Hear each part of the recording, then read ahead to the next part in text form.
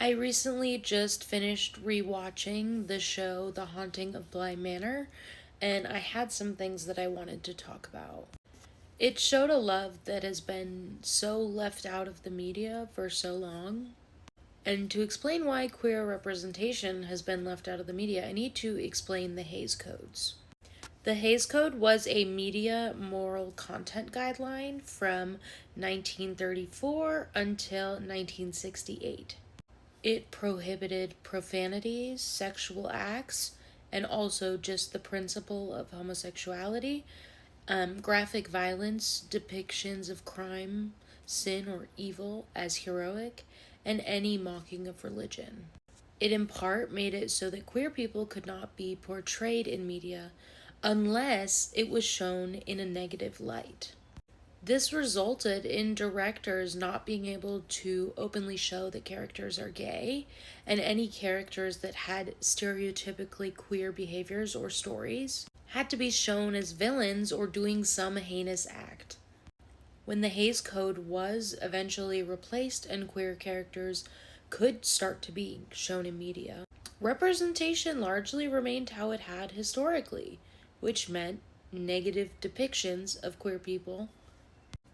One example of how this carried over is Ursula, the villain from The Little Mermaid. Her appearance was based off of a drag queen divine. Another is The Silence of the Lambs, where a serial killer who wanted to become a woman killed women to make a woman's suit.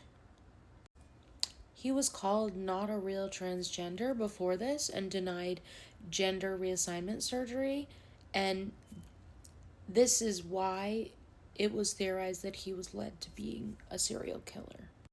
This imposes a doubt about transgender individuals' self-identity, and there are countless other examples of how the Hays Code has shaped our media and made it so media largely has negative depictions of queer individuals. But that's not the purpose of this video. I just wanted to provide a few examples.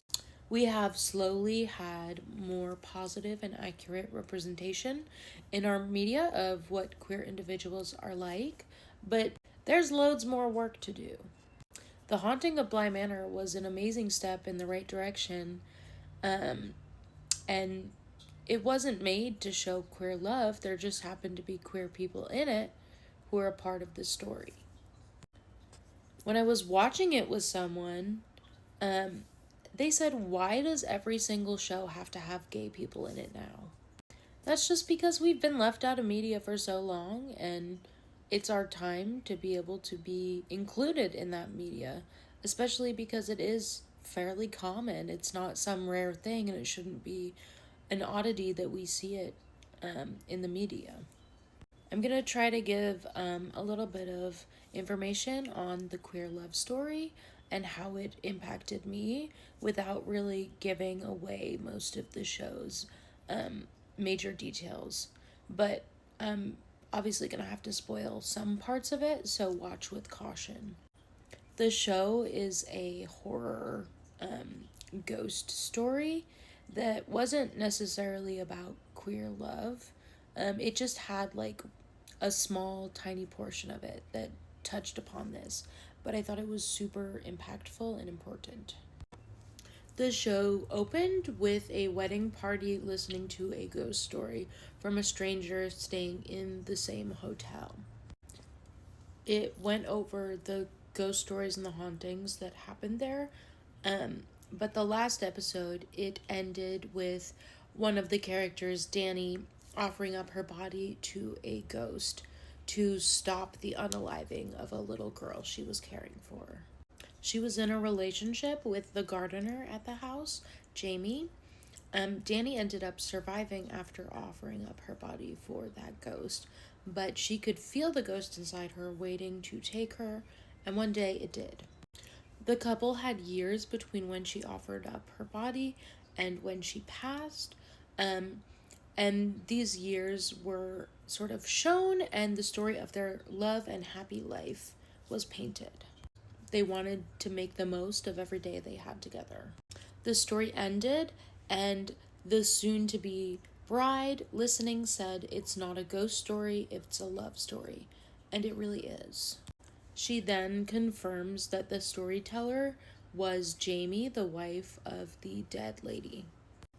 Although the relationship ended with a horrible death, which is Hays Code reminiscent, the moral of the story was of the love they shared, and it celebrated queer love and ended on a positive note. The bride to be told Jamie that she loved her fiance so much and she's worried that he will go before she does and she won't know what to do when that happens. Jamie then said, "You shouldn't be thinking of losing each other at all. Don't let that hang over your happiness right now. Enjoy that easy silence with him. It's rare what you've got, but when the time does come, years and years from now, mind you, it will be hard and it won't get easier. But eventually, after some time, you'll find little moments, little pieces of your life that remind you of him, and they'll be silly or dumb, or they'll be sad and you'll cry for hours, but there'll still be a piece of him and you'll hold them tight. It'll be like he's here with you even though he's gone." I watched the last episode in tears, completely heartbroken, as I watched their love develop and then suddenly saw Danny die and Jamie being forever left, mourning the loss of her partner. I was devastated, yet I also felt so seen and was so happy to see a love where I am represented. I could have been either one of those gay women, and I felt their happiness and sorrow more than I would have if they were a straight couple because I could see my identity in their queer love story. Representation is such a powerful tool, and it can make all the difference in how marginalized groups perceive themselves, but also how other people perceive marginalized individuals. Stories like this can humanize them and make it so anyone that is directly in contact with someone who's homophobic wouldn't have to put themselves in harm's way and expose their sexuality in order to show them that they do in fact know queer people. And although the gay character did die, which is similar to the Hays Code, the Haunting of Bly Manor not only made it extremely clear that they were in a relationship that was queer, and they never once made that queer love out to be wrong.